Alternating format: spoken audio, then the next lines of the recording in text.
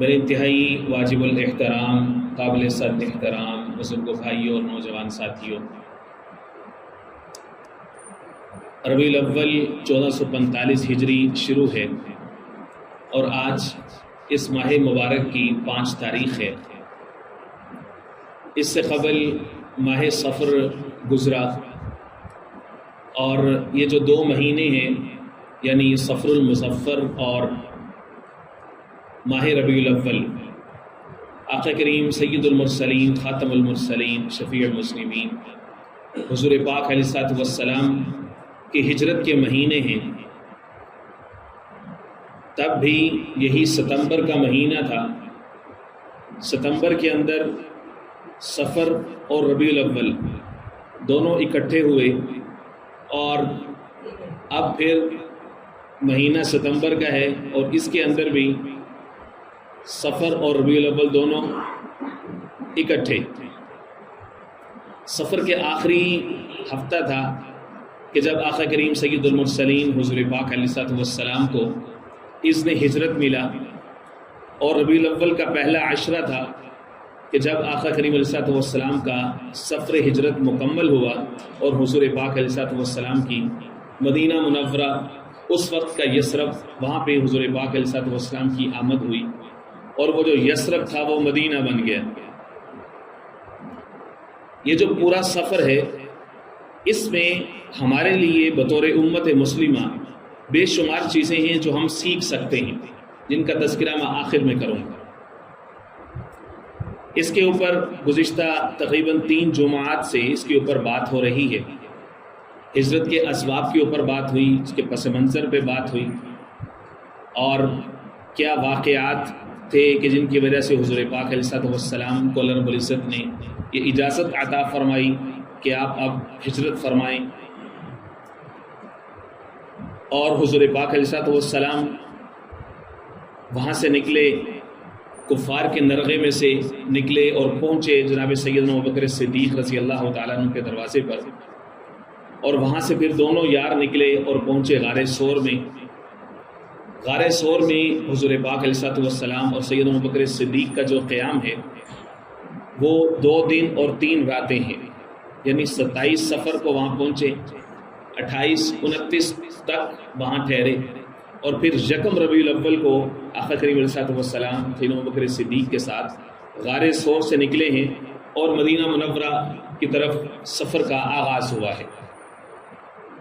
ظاہر ہے کہ دوسری طرف جو مشرکین تھے، ان کے سردار تھے، وہ کوئی آرام سے تو بیٹھے نہیں ہوئے تھے، چنانچہ انہوں نے یہ مشورے میں طے کر رکھا تھا اور اعلان کر دیا تھا آس پاس کی بستیوں میں، قبیلوں میں، کہ بھئی ان لوگوں کی گرفتاری میں جو ہماری مدد کرے گا اس کو 100 اونٹ انعام دیا جائے گا۔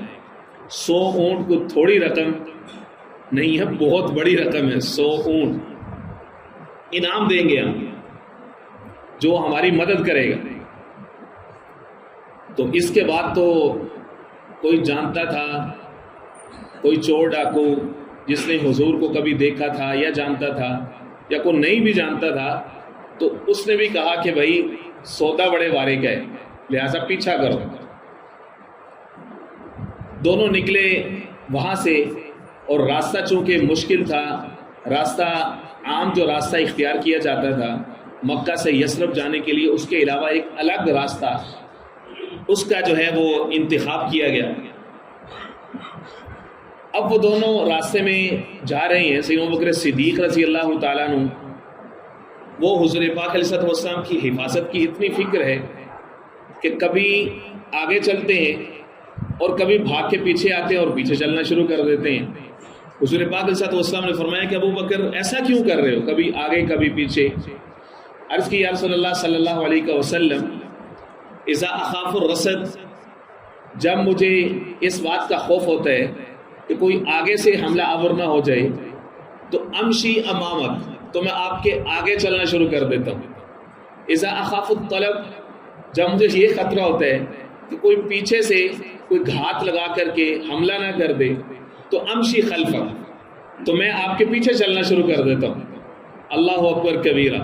اگر ہم یہ فرض کر لیں کہ عشق نبی ایک سبجیکٹ ہے، ایک مضمون ہے، تو ہمیں یہ ماننا پڑے گا کہ درس گاہ عشق کا پہلا مدرس اور پہلا استاذ اور پہلا معلم جناب ابوبکر صدیق نے بتایا امت کو کہ حضور کی محبت یہ تمہاری زندگی کا مقصد ہونا چاہیے. حضور کی آن، حضور کی شان، حضور کی عزت، حضور کی حرمت پر پہرا دینا یہ ہر امتی کا فریضہ اولی ہونا چاہیے. ابوبکر صدیق نے امت کو یہ بتایا ہے، یہ سکھایا ہے. اب کیا تھا کہ اگر کوئی شخص پوچھتا کہ بھئی آپ کون ہیں، پھر ابوبکر صدیق سے کون ہیں، تو ظاہر ہے کہ یہ خطرہ لاحق تھا کہ ناموں سے لوگ واقف ہو سکتے ہیں. تو فرماتے تھے کہ میں عبداللہ ہوں. ظاہر ابوبکر ہے سچا، ابوبکر ہے سچا. کبھی بھی مجبوری میں، مذاق میں اس کی زبان پہ جھوٹ آ سکتا، ابوبکر صدیق کی زبان پہ جھوٹ نہیں آ سکتا، کیونکہ زبان نبوت نے جو اس کو صدیق بول دی ہے، جس نے معراج نبوت کی تصدیق کر دی ہے، اس سے زیادہ سچا کوئی اور ہو سکتا نہیں ہے. لوگ پہنچے نا ابوبکر صدیق کے پاس کہ یار تو بڑا دنیا پھرا ہوا ہے، ذرا تیرے سے ایک بات ہم نے پوچھنی ہے. کیا پوچھنی ہے؟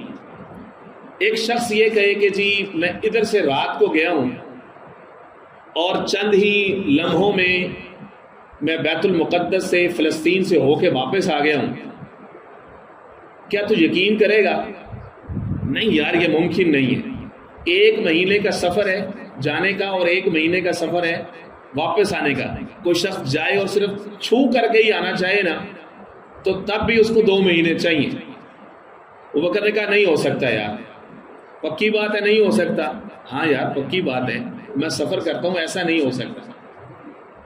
اچھا تو پھر وہ جو تیرا یار ہے نا، تیرا سجن ہے، اس نے آج صبح یہ بولا ہے کہ میں اتنا سفر کر کے آیا ہوں، تو کیا تم مانتا ہے؟ ابوبکر صدیق کہنے لگے کہ اگر اس نے کہا ہے نا، اگر اس نے کہا ہے تو پھر اس نے سچ ہی کہا ہے.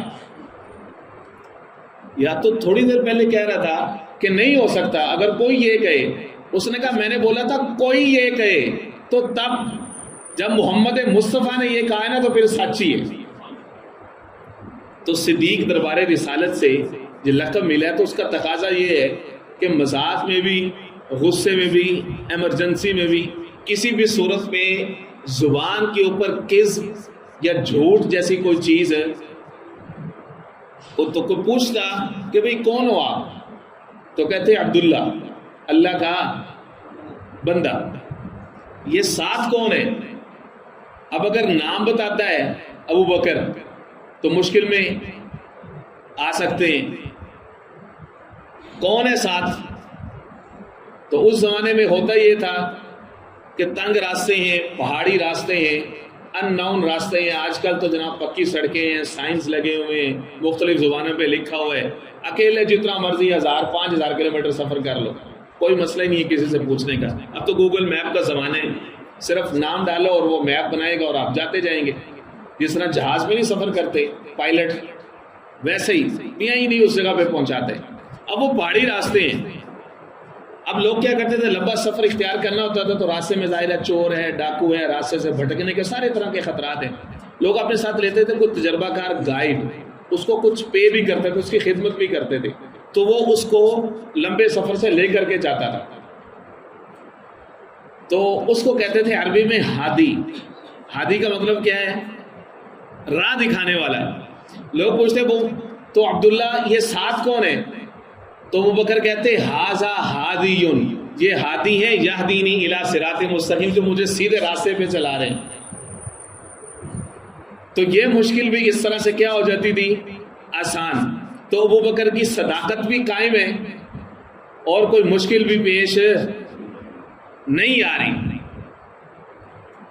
تو اس زمانے کا ایک مشہور آدمی تھا جس کو لوگ کہتے تھے یہ ڈاکو ہے، تو اس سے کوئی بچ سکتا، کوئی راہگیر اس سے سلامت نہیں رہ سکتا. راستوں کو وہ جانتے ہیں اور بڑے بڑے جو علاقے کے مالدار ہیں ان کو وہ جانتے ہیں. اس کے پاس پوری انفارمیشن ہوتی تھی، میپس ہوتے تھے اس کے پاس، بڑا علم تھا اس کے پاس.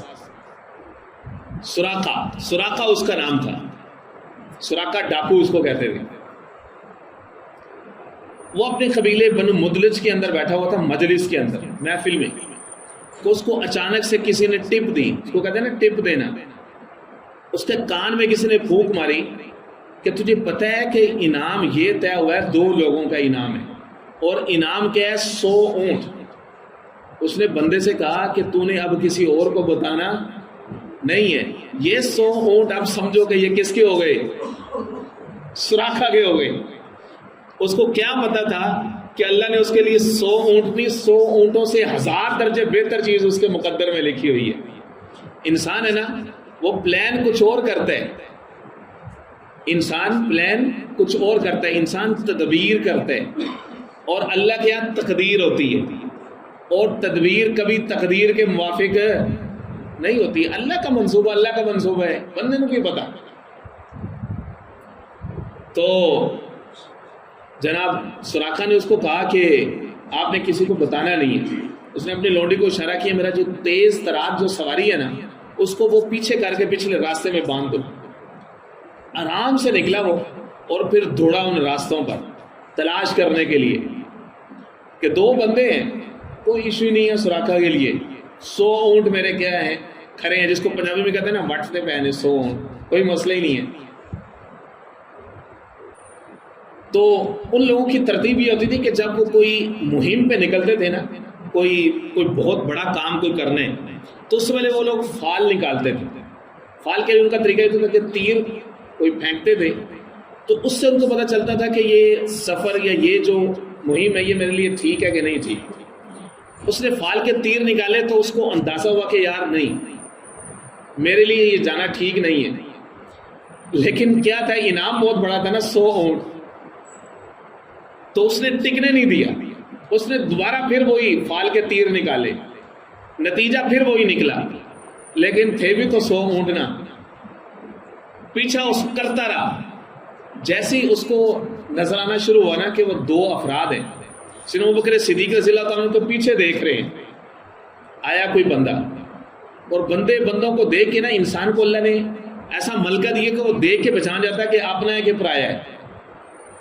شہری زمانہ ہے، پڑھا لکھا زمانہ ہے، وہ بندہ کسی کے پاس جا کے بیٹھتا ہے نا تو کہتا ہے یار میں اس کے پاس بیٹھا تھا بٹ مجھے اس سے کوئی پازیٹیو وائبس نہیں آئی، مطلب اس سے مجھے کوئی ایسی کوئی انسیت محسوس نہیں ہوئی، تو بس میں اس کے پاس سے آ گیا۔ بندہ اللہ نے اس کو دیکھ، وہ نظروں سے پہچان جاتا ہے، وہ اس کے پاس بیٹھ کے اس کو فیل ہو جاتا ہے کہ یار نہیں، یار اس کے پاس نہیں۔ تو اللہ نے انسان کو بنائی ایسے، آنکھوں میں سے نفرت بھی نکلتی ہے، آنکھوں میں سے محبت بھی نکلتی ہے۔ اللہ والوں نے لکھا ہے، عجیب بات لکھی ہے کہ اللہ کی مخلوق میں ایک سانپ ہے نا، وہ بڑا زہریلا ہے، اس کا نام سن کے ہی لوگ کانپ جاتے ہیں، سانپ کا نام سن کے ہی لوگ ڈر جاتے ہیں، کانپ جاتے ہیں۔ میں اگر اپنی ذاتی بات کروں، ایسے کرنی تو نہیں چاہیے، پچھلے کچھ عرصے سے نا مجھے ایسے خیالات آتے ہیں، سانپ سے مجھے بڑا ڈر سا فیل ہوتا ہے، ایک عجیب سی کیفیت ہے جو میرے اوپر اکثر و بیشتر جو ہے نا وہ طاری رہتی ہے، ہر انسان کے اوپر۔ پچھلے کچھ دنوں سے میری یہ کیفیت ہے، اپنے شیخ کے پاس بھی گیا ہوں، ان سے تھوڑا سا اس کا تذکرہ بھی کیا، حضرت نے کثرت سے استغفار پڑھنے کا مشورہ دیا ہے۔ اللہ سب کو ہر طرح کی آفات و بلیات سے، ہر طرح کی انہونیوں سے ہم سب کی حفاظت فرمائے، اور بیوی بچوں کی حفاظت فرمائے۔ تو حضرات نے لکھا ہے کہ ایسا سانپ بھی ہے جو اپنی آنکھ سے زہر منتقل کر سکتا ہے، مجھے پتہ نہیں ہے، یہ علم میرے پاس نہیں ہے۔ اللہ کی مخلوق ایسی ہے، تو ایسا کیسے ہو سکتا ہے؟ جو لوگ کہتے ہیں نا کہ نگاہ مرد مومن سے بدل جاتی ہیں تقدیریں، تو میرا ایمان ہے کہ اللہ والے بھی ایسے ہیں، اللہ کے کچھ ایسے رجال بھی ہیں کہ جو فقط آپ کو دیکھ لینا تو آپ کی تقدیر بدل جاتی ہے، آپ کی کیا ہو جاتی ہے؟ تقدیر بدل۔ اس وجہ سے بندے نو اپنی مجلس محفل چنگی رکھنی چاہیے، چنگے لوگوں نال بیٹھو، چنگے لوگوں دی نظراں سے آؤ، صحیح والے لوگوں دی نظراں سے آؤ، ٹھیک ہو گیا؟ تو بکر صدیق نے اس کو دیکھ کے پہچان لیا کہ اس کے ارادے ٹھیک نہیں ہے، تو اب اس کا جو گھوڑا تھا، اس کی اگلی جو کونچیں تھی وہ یوں ڈھلکی اور وہ گرا، وہ دھسی، بڑا غبار اٹھا، اور وہ جو اس کے پہلے 2 استخارے تھے نا وہ غلط نکل چکے تھے۔ اب اس کو ایک اور میسج ملا کہ یہ مہم ٹھیک ہے نہیں ہے، لیکن تھے کتنے؟ 100 اونٹ۔ پھر وہ اٹھا، پھر پیچھا کیا، پھر اس کو حضور نے دیکھا تو پھر اس کے گھوڑے کے پاؤں زمین میں دھسے. اب کے بار 1 2 3 4 جتنا بھی سخت دل ہونا تو وہ کانپ جاتا ہے, ہل جاتے ہیں, وہ سوچنے میں مجبور ہو جاتے ہیں کہ یار اب گھوڑا جا رہا ہے, اب اس کے بعد تو اگلی تو باری میری ہے نا, اب ایسا نہ ہو کہ اب یہ نظر پڑے تو اب میں ہی جاؤں. جب جان پہ بنتی ہے تو پھر بندہ بڑی ساری چیزوں پہ کمپرومائز کرنے کے لیے تیار ہو جاتا ہے. اب اس نے معافی مانگی. اس نے کہا جی آپ کوئی اسپیشل لوگ لگتے ہیں, بڑے ایک VVIP ہیں, آپ کے ارد گرد کوئی پروٹوکول بہت زیادہ ہے, کچھ سیکورٹی آپ کی بڑی ٹائٹ ہے, اور سیکورٹی بھی ایسی ہے جو کہ مجھے دکھائی نہیں دے رہی لیکن وہ ایفیکٹو بہت زیادہ ہے, تو خدا کے لیے ذرا مجھے تھوڑا سا ٹائم دے نا, کوئی 2 باتیں میں آپ سے کرنا چاہتا ہوں. میں ہوں سراقہ, جب میں کسی پہ ہاتھ ڈالتا ہوں نا تو پھر اس کے چھوٹنے کے چانسز کیا ہو جاتے ہیں, منیمائز ہو جاتے ہیں, لیکن آج میں آپ کے سامنے ہار گیا ہوں, تو اس لیے میں آپ سے معافی بھی مانگتا ہوں اور آپ سے میں یہ درخواست بھی کرتا ہوں کہ مجھے آپ کوئی امان نامہ لکھ کے دے دیں کہ میں آپ سے کیا تھا, ملا تھا, تاکہ مجھے زندگی بھر یاد رہے کہ میں فلاں موقع پر ناکام ہوا ہوں, میں فلاں موقع پر کیا ہوا ہوں, تو مجھے کچھ لکھ کے دے دیں. تو حضور کے ساتھ سیدنا ابوبکر صدیق کے غلام تھے عامر بن فہیرہ, ان سے کہیں کہ بھائی اس کو امان نامہ لکھ کے دے دیں کہ یہ ہم سے ملا تھا. امان نامہ بھی لکھا تو حضور نے ایک جملہ کہا, حضور نے فرمایا سراقہ یار آج تو ڈاکو ہے, آج کل تیری ریپوٹیشن یہ ہے, لیکن ایک وقت ایسا آئے گا کہ تیرے پاؤں میں, تیرے قدموں میں کیسر و کسرا, اس وقت کی سپر پاور کیسر و کسرا کے کنگن وہ بھی سونے کے تیرے پاؤں میں ہوں گے. نبی خاتم المرسلین زبان سے ایک جملہ بولیں اور وہ پورا نہ ہو, کیا آج کیا کل لوگ تو یہ سمجھتے ہیں کہ اس سے صرف یہ پتہ چلتا ہے کہ اس کے قدموں میں, سراقہ کے قدموں میں کیسر و کسرا کے کنگن آنے ہیں. بھائی جس نے سن لیا اس کے ایمان کا حصہ ہے کہ اس نے یہ ماننا ہے کہ یہ ہو کے رہے گا کیونکہ حضور نے فرما دیا. لیکن اس کے اندر ایک اور چیز بھی ہے, وہ ایک اور چیز یہ ہے کہ حضور نے سراقہ کو اس کی زندگی کی ضمانت دی ہے کہ چاہے وہ 10 سال گزرے, چاہے 20, چاہے 100, چاہے 1000 سال گزرے, سراقہ تو زندہ رہے گا جب تک تیرے پاؤں کے اندر کیسر و کسرا کے کنگن نہیں آ جاتے. جانے جہاں ہے, وجہ انسانیت ہے, وہ موصل انسانیت ہے, وہ وجہ کائنات ہے. زبان سے نکلا, اللہ کی غیرت گوارا نہیں ہوتی کہ وہ پورا نہ ہو, وہ پورا ہو کے رہے گا. بعد میں اللہ رب العزت نے ان کو ایمان کی ٹھنڈی بہاریں نصیب فرمائی, حنین و طائف کی مہمات ہوئی, راستے میں حضور سے ملاقات ہوئی, کلمہ طیبہ ملا, حضور پاک علیہ السلام نے پردہ فرمایا, سیدنا ابوبکر صدیق کی خلافت آئی, انہوں نے پردہ فرمایا. لیکن سراقہ اپنے کنگن کا کیا کر رہا ہے, انتظار کر رہے ہیں. سیدنا عمر فاروق کا ابتدائی زمانہ گزر رہا ہے, سراقہ انتظار کر رہے ہیں. بالآخر سیدنا ابوبکر صدیق ہی کی خلافت, سیدنا عمر فاروق کی خلافت کے اندر کیسر و کسرا فتح ہوئے. اللہ نے اپنے محبوب کے دشمنوں کو ذلیل و رسوا کیا. سیدنا عمر فاروق رضی اللہ تعالیٰ عنہ مسجد نبوی کے صحن پہ بیٹھے ہوئے اور ادھر سے مال غنیمت سواریوں پہ لد کے آ رہے ہیں. سیدنا عمر فاروق اس کو کھول کھول کے دیکھ رہے ہیں اور ہر ایک سواری کا مال غنیمت دیکھتے ہیں, کہتے ہیں یار اس میں کنگن نہیں ہے, لگتا ہے کہ ابھی سارا مال غنیمت آیا. سراقہ کو پاس بٹھائے گا, یا سراقہ تو ادھر آ کے بیٹھنا ذرا, اب تیری خوشخبری پورا ہونے کا کیا آ گیا ہے, وقت آ گیا. سراقہ پاس ہے. بالآخر جب آخری کھیپ آئی مال غنیمت کی تو اس میں سرخ رنگ کی پوٹلی تھی, اس میں دیکھا تو کیسر و کسرا کے کنگن تھے جو پاؤں میں پہن کر کے تخت پر بیٹھا کرتے تھے. اس میں سے کنگن نکلے تو سیدنا عمر فاروق نے سراقہ کو بلایا اور اس کے حوالے کیے, کہنے لگے سراقہ لے پہن, پوری امت کے مردوں کے لیے حضور نے سونے کو حرام کر دیا اور تیرے لیے خود حلال کر کے گئے. یہ پہن نہ, تو تیرے لیے حضور نے خود فرمایا تھا یہ ایک زمانہ آئے گا. حضور آگے چلے, راستے میں قدید کی ایک بستی آتی ہے چھوٹی سی, وہاں پر چھوٹی سی جھونپڑی تھی, بھوک کا تقاضا تھا, کچھ کھانے پینے کا تقاضا تھا. حضور سیدنا ابوبکر صدیق وہاں چلے, وہاں پہنچے, ایک بوڑھی عورت تھی,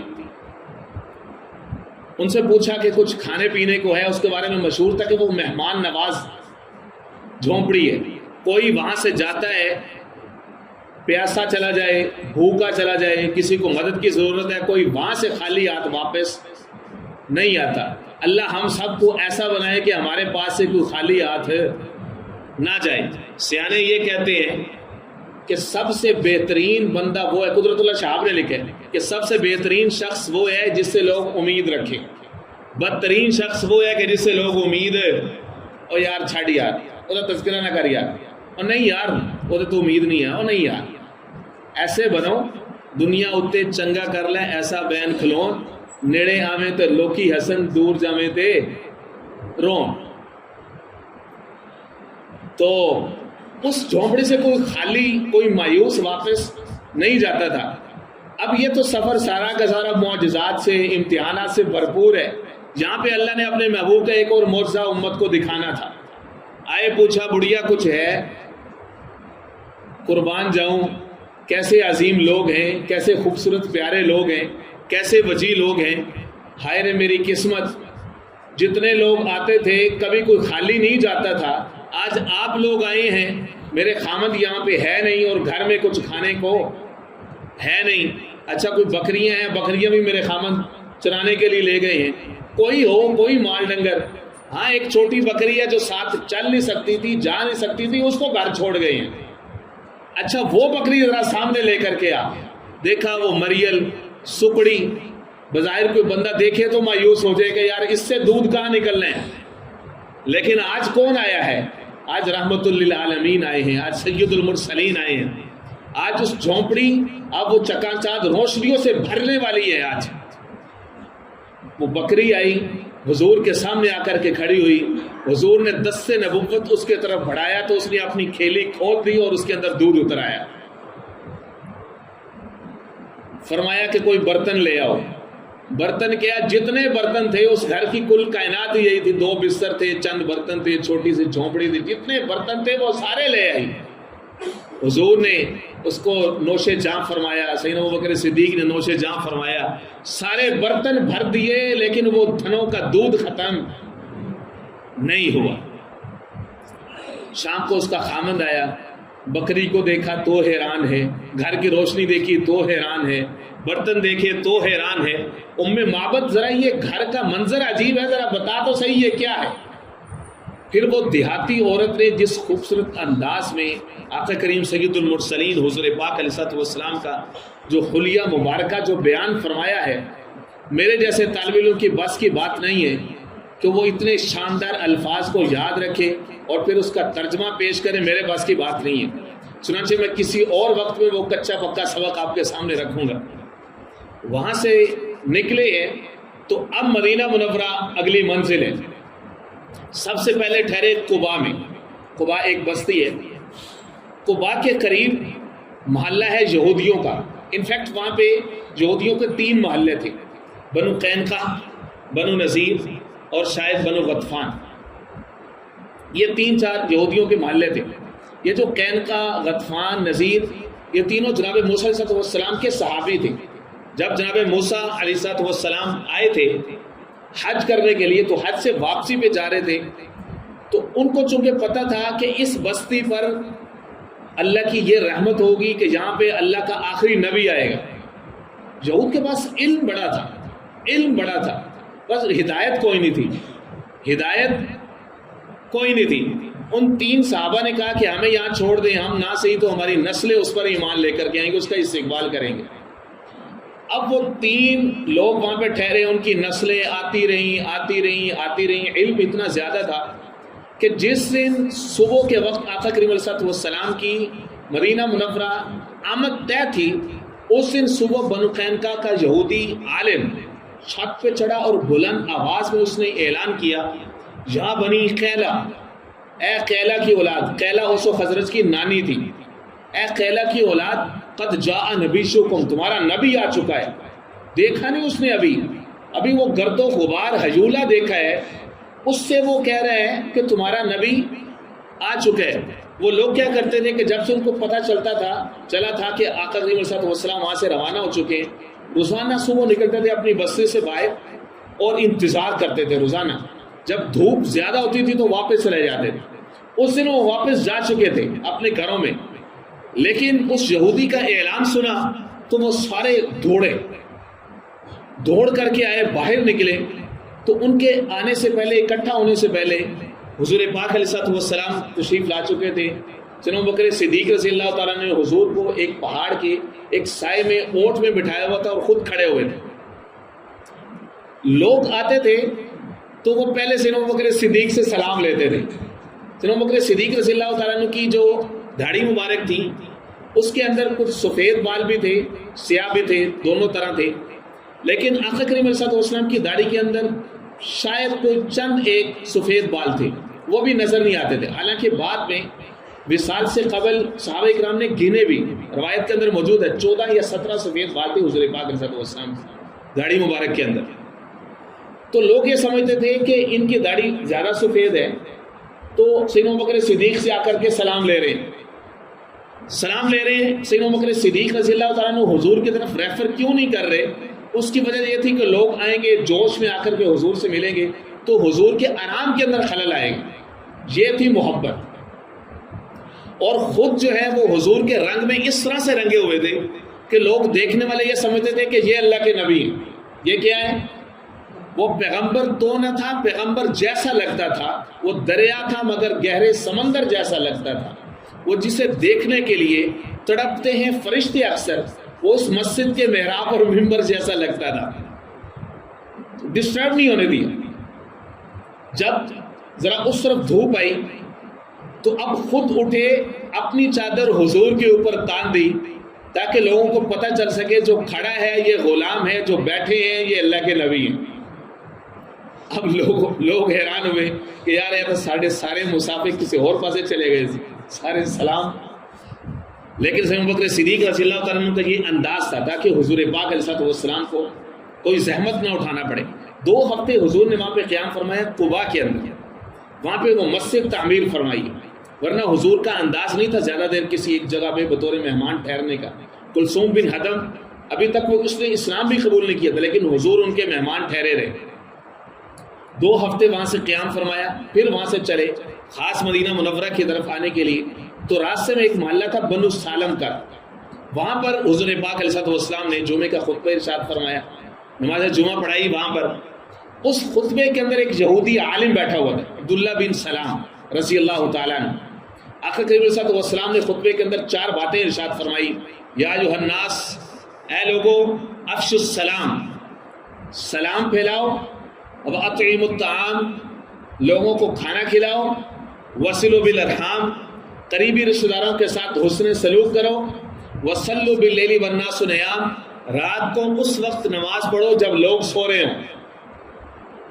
وہ جو شخص تھا نا، یہودی عالم تھا، وہ حیران ہو گئے. اس کے کانوں سے یہ جملے ٹکرائے اور وہ دوڑ کر کے سامنے آ کر کے اس نے دیکھا.